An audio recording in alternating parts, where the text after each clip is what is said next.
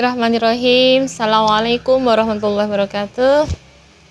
Ayah dan bunda yang dirahmati oleh Allah, pada kesempatan yang berbahagia ini, tentu saja pertama-tama marilah senantiasa kita panjatkan syukur kehadirat Allah yang telah memberikan kepada kita nikmat yang luar biasa, nikmat yang banyak, sampai-sampai kita tidak bisa menghitung seberapa banyak nikmat yang Allah berikan kepada kita, baik itu nikmat iman, nikmat Islam, nikmat waktu luang, dan juga nikmat kesehatan yang diberikan kepada kita.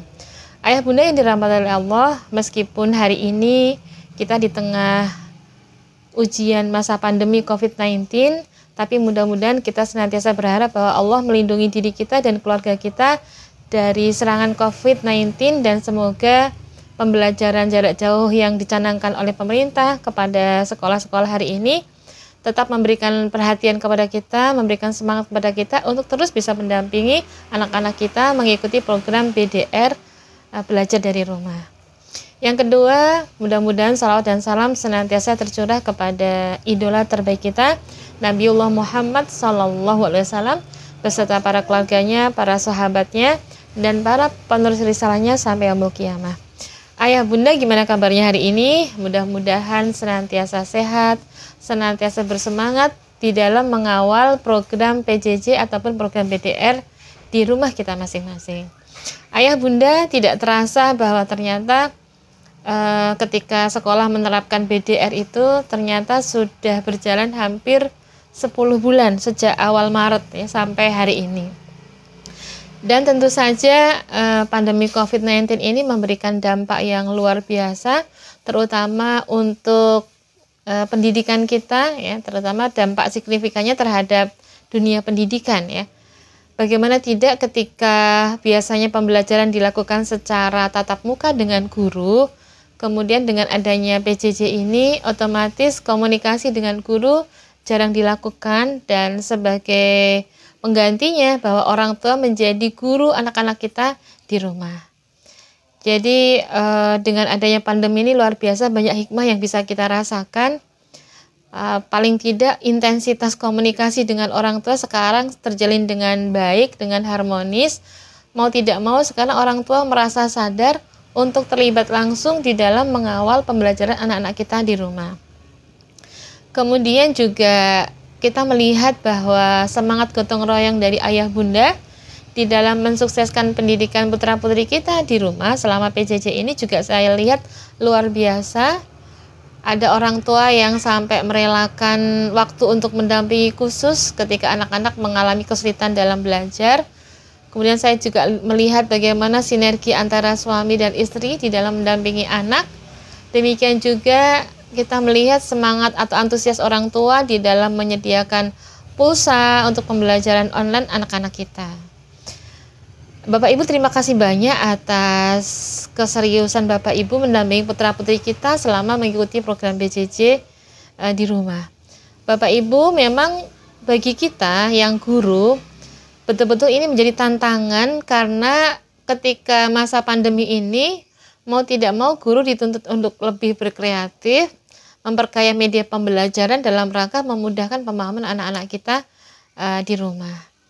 Dan Bapak Ibu, memang yang dirasakan guru selaku penyampai materi atau mapel mata pelajaran itu biasanya adalah bagaimana mentransformasikan nilai-nilai akhlak atau karakter meskipun itu dilakukan secara jarak jauh atau tidak melalui pengamatan langsung. Nah, ini menjadi seni tersendiri bagi kami ketika para guru bagaimana caranya sukses mendidik anak-anak berkarakter tapi di tengah suasana masa pandemi, di mana komunikasi tidak dilakukan secara tatap muka, tetapi dilakukan secara jarak jauh.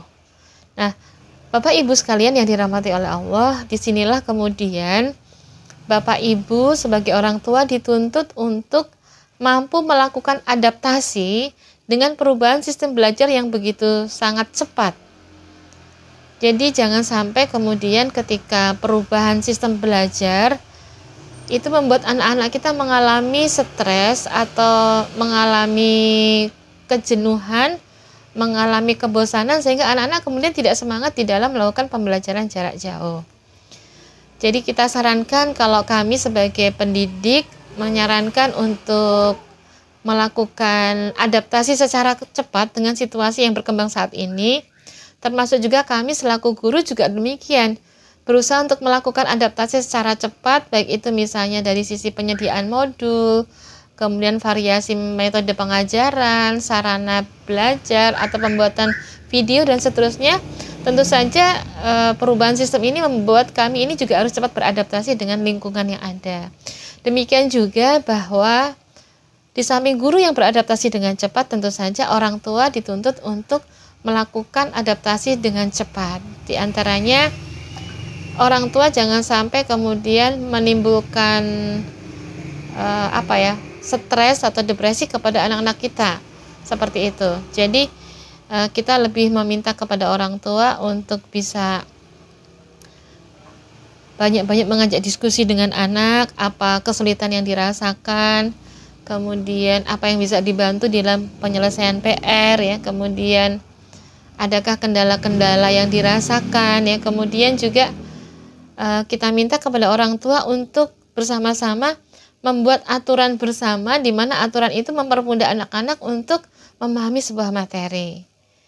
Kalau perlu bahkan kita harapkan orang tua itu bisa mengapresiasi apa yang sudah dilakukan, karena Bapak Ibu di masa pandemi ini memang pemerintah tidak mementingkan dari ketuntasan materi ya, atau isi dari materi, tetapi justru yang lebih berharga ketika masa pandemi ini adalah proses mentransfer ilmu dan karakter atau nilai, itu yang justru penting.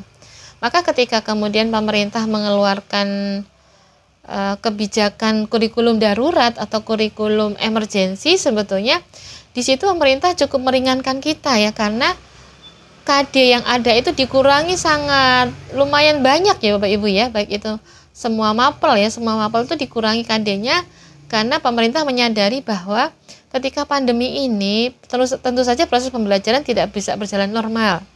Nah, kemudian juga khususnya untuk anak-anak yang tingkat dasar, tentu saja ketika pengajaran disampaikan jarak jauh itu ada kendala khusus ya, karena terkait dengan konsentrasi, kemudian kedisiplinan, kesiapan belajar, sehingga ketika pemerintah menetapkan pengurangan KD, itu kita merasa itu sangat tepat. Kenapa? Karena memang pemerintah berharap bahwa anak-anak kita lebih menikmati di prosesnya, bukan kepada hasilnya.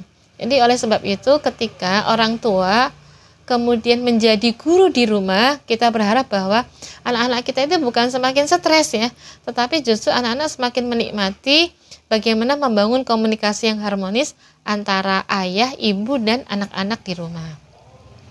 Kemudian Bapak Ibu, ini juga menjadi hal penting di dalam pembelajaran kita di rumah.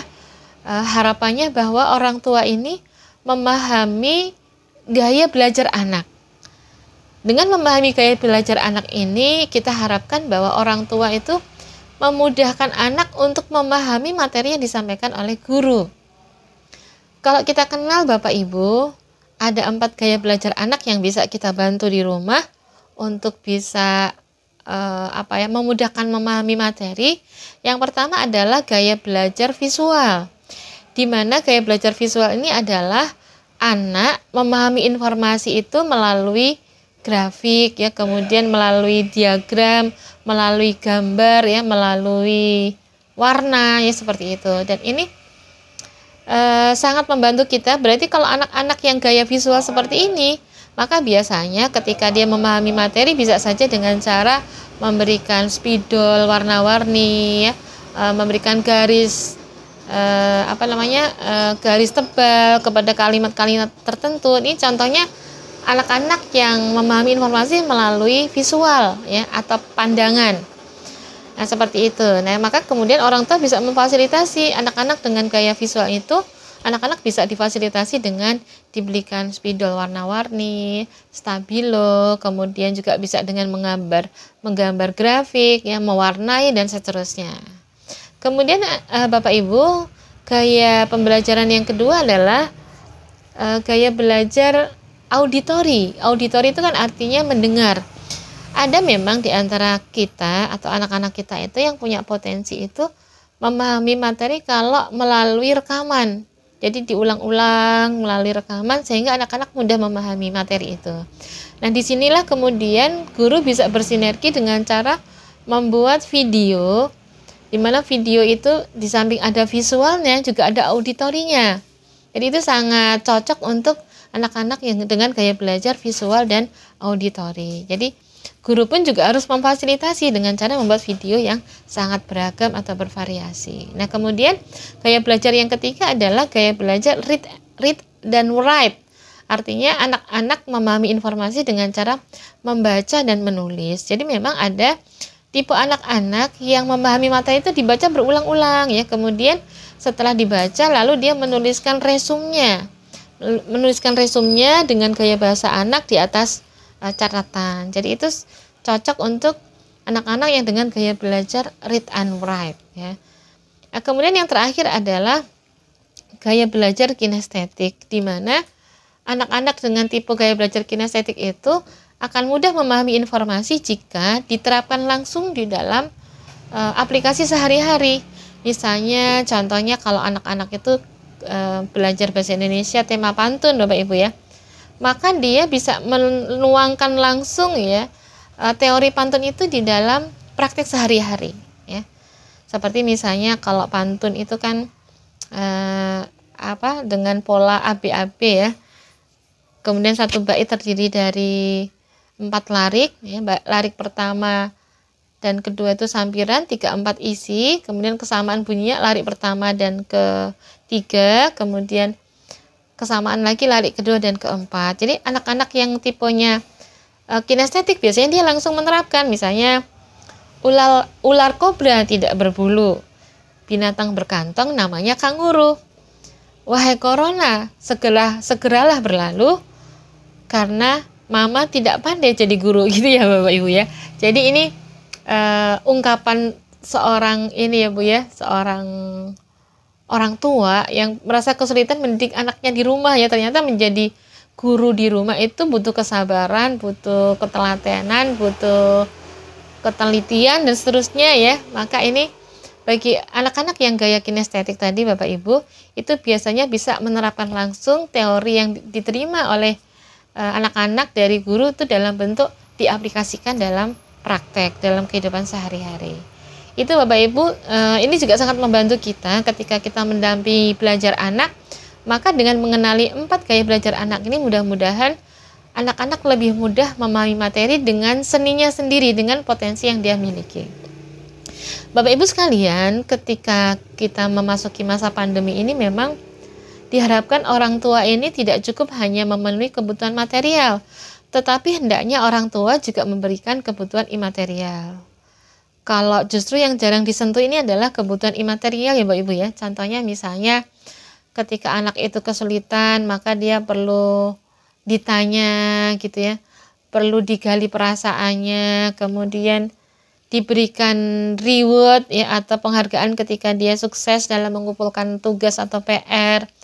Kemudian kita bisa menempel hasil karyanya di kamarnya sebagai bukti reward atau penghargaan atas usaha dia ya selama mengikuti proses pembelajaran. Jadi kebutuhan imaterial ini yang biasanya jarang dilakukan oleh orang tua ya, atau sudah dilakukan tapi belum bisa continue ya seperti itu. Maka harapannya bahwa Bapak Ibu, anak-anak kita itu tentu saja kan ketika mengalami masa pandemi ini pasti kendala di dalam memahami materi, maka harus sering ditanya apa kendalanya, bagaimana cara mengatasinya, lalu bagaimana komunikasi dengan teman-temannya. Jadi mudah-mudahan dengan kita banyak bertanya itu sudah meringankan apa-apa yang menjadi keluh kesahnya selama ini, selama pembelajaran di masa pandemi.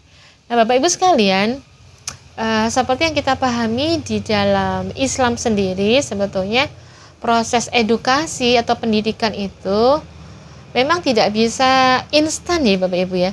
Tetapi yang namanya tarbiyah atau proses pendidikan ini tentu saja dia membutuhkan langkah-langkah atau tahapan-tahapan yang itu bisa mengantarkan kepada tujuan akhir sehingga sukses.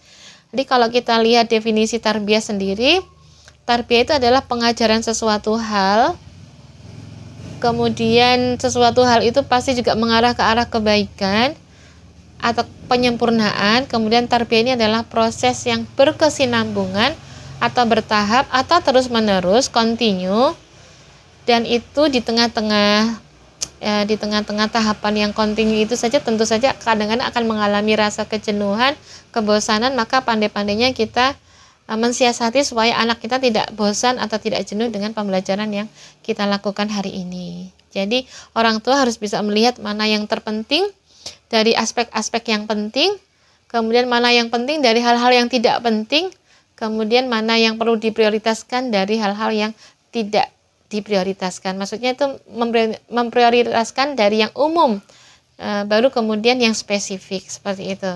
Nah, kemudian sasaran tarbiyah ini yang terakhir tentu saja adalah untuk kemaslahatan umat, ya, seperti itu. Bahkan di Al-Quran sendiri, Bapak Ibu disampaikan bahwa tujuan pendidikan kita adalah menjadikan anak-anak kita menjadi umat yang robbani. Apa sih artinya robbani? Robbani itu adalah menjadi umat yang senantiasa melakukan dua proses, ya, proses belajar dan proses mengajarkan apa yang sudah dipelajari. Jadi Bapak Ibu, bahwa kehidupan kita ini senantiasa tidak terlepas dari dua peran. Bahwa kita ini senantiasa belajar, dan setelah belajar kita senantiasa menyampaikan apa yang kita pelajari kepada orang lain. Jadi asas manfaat untuk orang lain, atau asas asas kebermanfaatan, ya, untuk orang lain. Jadi sebagai orang dewasa pun sama, ya Bapak Ibu, ya, bahwa kita juga punya tugas dua.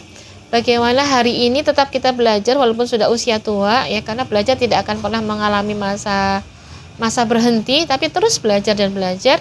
Dan apa yang kita pelajari ini kemudian kita transfer kepada anak kita, pendamping kita, kepada tetangga kanan kiri kita. Artinya dua asas manfaat inilah yang kemudian kita sebut dengan generasi robbani, generasi yang senantiasa mau belajar dan senantiasa mau menyampaikan atau mengajarkan kepada orang lain. Nah, Bapak Ibu sekalian, dan ujung-ujung dari seluruh proses yang dilakukan oleh guru, oleh orang tua di rumah, itu adalah pembentukan karakter atau akhlak yang baik kepada anak-anak kita. Ya, namanya juga mengelola hati, ya Bapak Ibu, ya. Beda dengan mengelola benda mati, ya. Kalau hati itu kan kadang-kadang ada gesekan, ada konflik, ada ketidaksetujuan, dan seterusnya, ya. Dan itulah dinamika sebagai guru atau orang tua, meyakinkan anak bahwa proses yang dilakukan hari ini, ya, itu adalah akhirnya itu adalah pembentukan karakter yang baik. Jadi kalau nanti dia dewasa, dia siap terjun ke masyarakat dengan karakter asasi yang dimiliki dan keterampilan hidup yang sudah diajarkan oleh guru dan orang tua di rumah. Nah, Bapak Ibu sekalian, apa sebetulnya tanggung jawab orang tua kepada anak-anak? Yang pertama adalah memunculkan tanggung jawab, ya, tanggung jawab seorang anak, sehingga nanti ketika dia sudah memasuki usia remaja, bahkan nanti dewasa, dia itu menjadi sosok yang mandiri.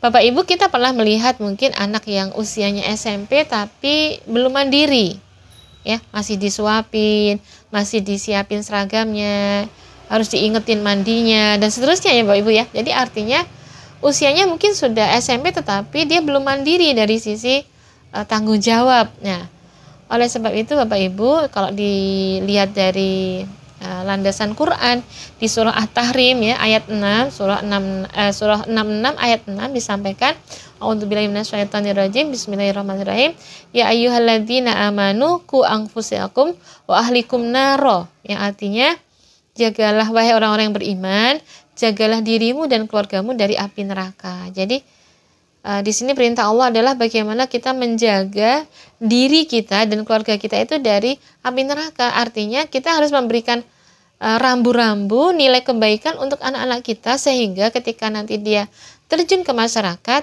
dia benar-benar survive dengan nilai karakter yang sudah ditanamkan dan juga keterampilan hidup yang dimilikinya. Itu Bapak Ibu, ya. Itu tanggung jawab orang tua yang pertama.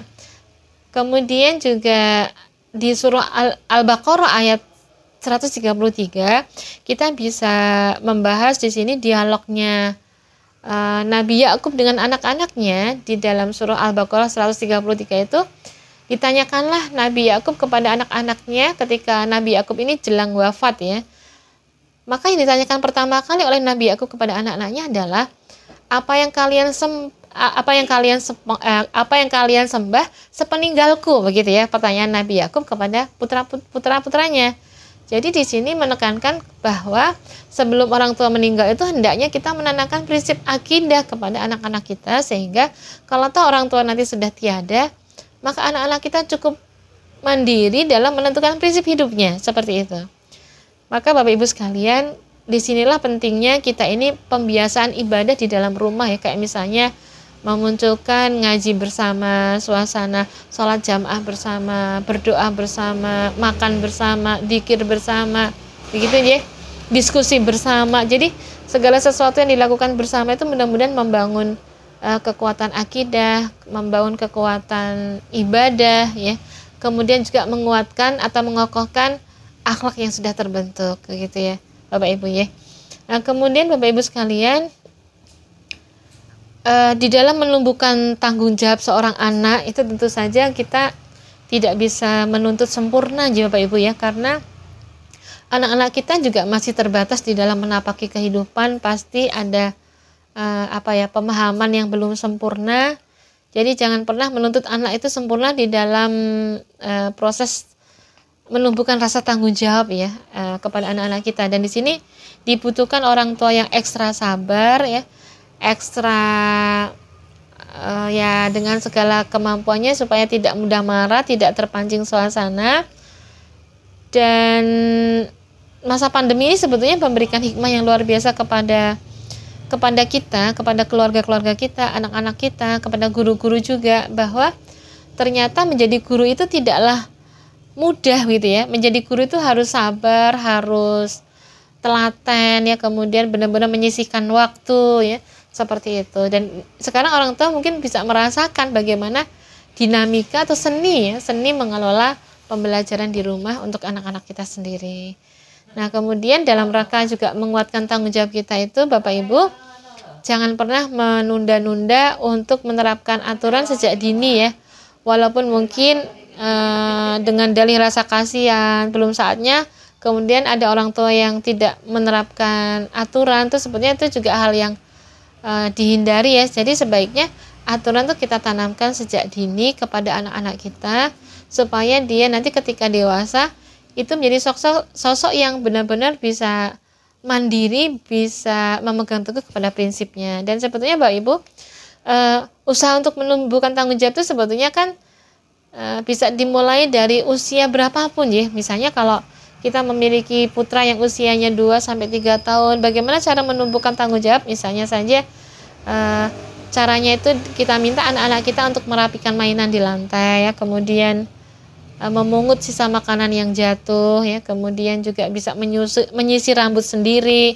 Itu sebetulnya sebagai upaya cara menumbuhkan tanggung jawab, tapi dari fase-fase usia mereka, dari usia 2-3 tahun. Misalnya lagi ketika nanti dia sudah memasuki fase usia 4 tahun, misalnya anak kita tingkatkan lagi sebagai tanggung jawabnya, misalnya dia mengikuti jadwal untuk memberi makan binatang peliharaannya ya, misalnya kucing ya, ayam dan seterusnya. Kemudian juga merapikan kasurnya sendiri ya.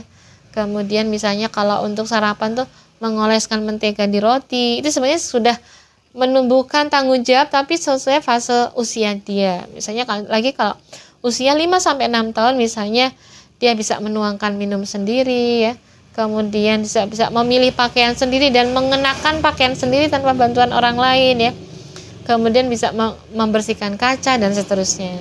Nah, kemudian kalau nanti dia usia 6-7 tahun misalnya, anak itu bisa dilatih untuk mengepel lantai, ya, menyapu, membersihkan kamarnya sendiri, melipat selimut, ya seperti itu. Nah, kemudian misalnya usia 8-7 tahun kita berikan tanggung jawab misalnya dia menaruh baju kotor pada tempatnya ya, atau memasukkan ke mesin cuci, kemudian bisa mengepel lantai dan seterusnya. Demikian juga ketika dia usia 10 tahun misalnya dia sudah diberi amanah menjaga adiknya ya, kemudian mendampingi adiknya, mau berbagi makanan dengan adiknya, seperti itulah.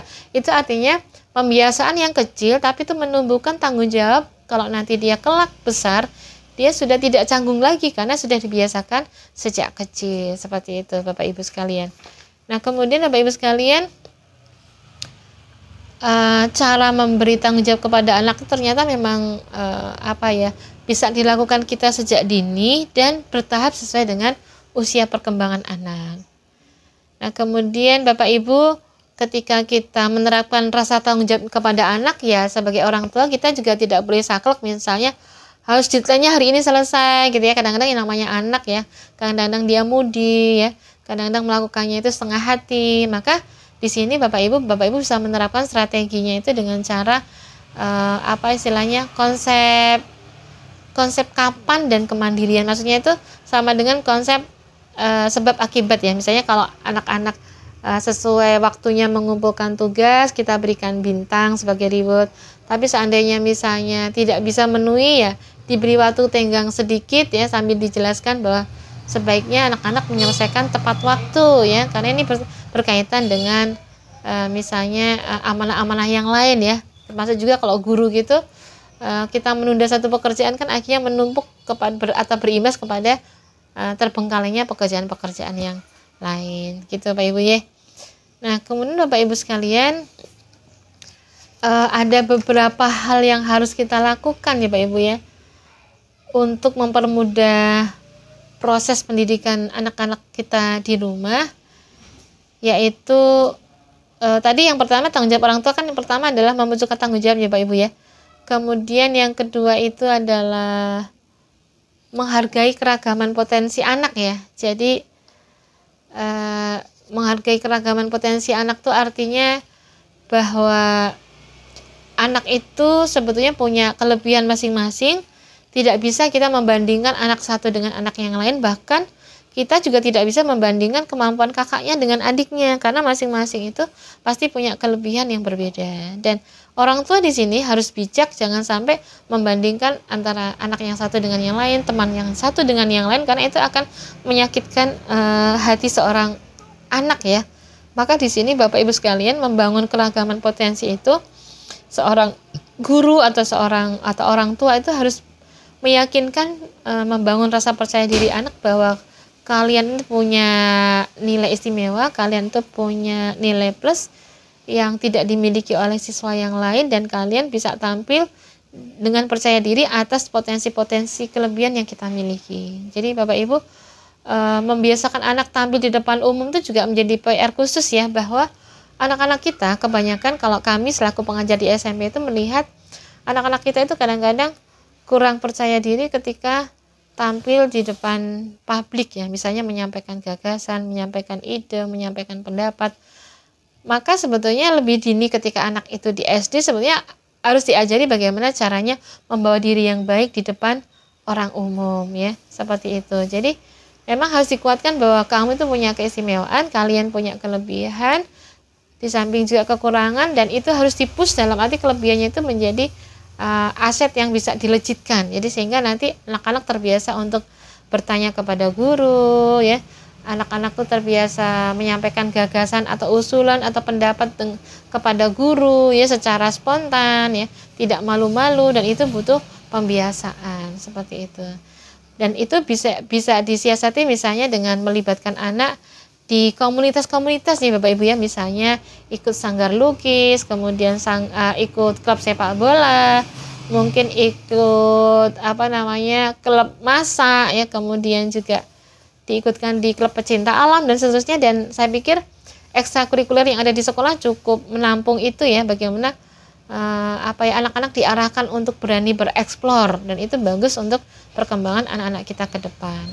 Nah, kemudian tanggung jawab orang tua yang ketiga tadi, yang pertama kan memunculkan tanggung jawab, yang kedua kemudian menghargai keragaman potensi anak, yang ketiga adalah membangun visioner anak. Jadi Bapak Ibu sekalian, yang namanya visioner kan berarti jangkauannya panjang ya, tidak hanya 1 tahun 2 tahun, tetapi lebih dari 5 tahun ke depan, bahkan mungkin lebih dari 10 tahun ke depan. Jadi anak-anak kita Bapak Ibu harus dibangunkan visionernya, bahwa kamu nanti adalah seorang pemimpin, calon pemimpin yang akan berkontribusi untuk bangsa ini. Jadi ketika kemudian kami di SMP ya Bapak Ibu ya, itu memperkenalkan ikon bahwa SMP itu adalah sekolah calon pemimpin ya, sekolah calon pemimpin masa depan. Maka di program kami, indikator pemimpin itu harus dituangkan dalam program. Misalnya kalau kita sebagai sekolah Islam terpadu menafsirkan seorang pemimpin tuh, kalau di lingkungan kami misalnya dia mampu menjadi imam. Saya pikir di MI juga demikian ya. Sholat dengan kesadaran sendiri, tidak usah dipaksa ya. Kemudian bersegera memenuhi adzan jika sudah terdengar adzan. Kemudian kalau sudah SMP dia mampu menjadi imam, mampu menjadi khotib, dan itu sudah menunjukkan itulah jiwa leader seorang remaja. Maka Bapak Ibu sekalian, membangun visioner anak ini penting bagi kita, terutama untuk anak-anak kita yang masih di bangku SD atau MI, kemudian dia nanti menginjak ke sekolah menengah pertama, dilanjutkan dengan sekolah menengah atas. Maka pentingnya tahapan-tahapan itu untuk mengarah kepada bahwa ini anak-anak kita ini akan menjadi calon pemimpin yang hebat di masa depan, seperti itu. Dan Bapak Ibu sekalian, kalau kita lihat di surah At-Tur ya, surah ke-52 ayat 21 itu disampaikan bahwa dan orang-orang beriman beserta anak cucu mereka mengikuti mereka dalam keimanan. Kami pertemukan mereka dengan anak cucu mereka di dalam surga. Dan kami tidak mengurangi pahala amal kebajikan mereka. Setiap orang terikat dengan apa yang dikerjakannya. Jadi kalau Bapak Ibu kita membahas surah At-Tur surah ke-52 ayat 21 itu dibahas bahwa di situ tuh orang-orang beriman beserta anak cucunya, beserta anak cucu mereka itu mengikuti mereka dalam keimanan. Artinya Bapak Ibu, keimanan orang tua itu perlu diwariskan kepada anak-anak mereka. Tidak hanya anak-anak mereka, bahkan visi keimanan itu diturunkan kepada cucu mereka. Kenapa? Supaya nanti kita ini dihimpunkan di dalam surga orang tua sampai anak cucunya, begitu ya. Itu artinya visioner keimanan kita itu tuh perlu diwariskan kepada generasi-generasi kita selanjutnya. Demikian juga kita yakin bahwa visioner dalam arti meletakkan Quran dan hadis sebagai landasan. Maka bagaimana mencetak generasi Quran tidak hanya berhenti di orang tua, tapi bagaimana visi Quran dan hadis itu dari orang tua ditransfer kepada anak. Demikian juga kalau nanti anak ini balik besar, ditransfer kepada nanti generasi setelahnya dan seterusnya. Jadi inilah menggambarkan bagaimana visionernya Islam ya kepada generasi, perhatian Islam kepada generasi-generasi saat ini ya, seperti itu.